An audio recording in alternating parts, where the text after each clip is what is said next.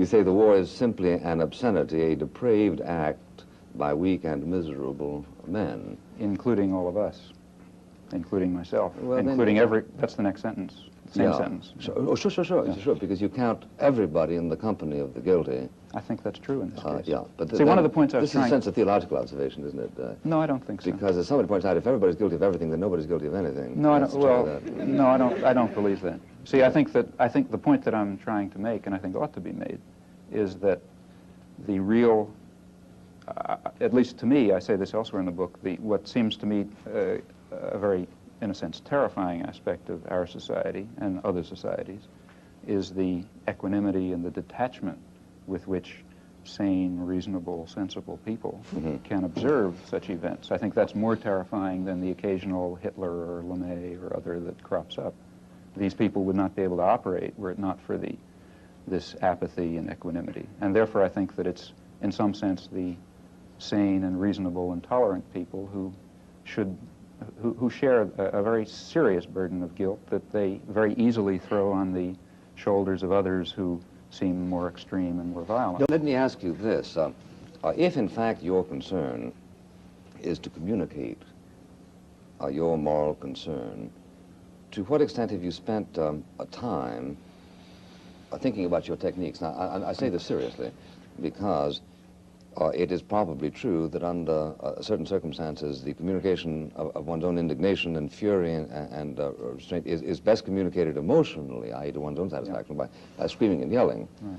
But if it becomes observable that this doesn't bring people around, then you've got to consider the problem of communication, which becomes a moral problem, just as you would consent to argue Auschwitz or Buchenwald with somebody if there was a chance of dissipating something of the sort. Now, if you have given that problem any thought, how come that you end up saying, as you do in your book, that Senator Mike Mansfield is, quote, the kind of man who is the terror of our age?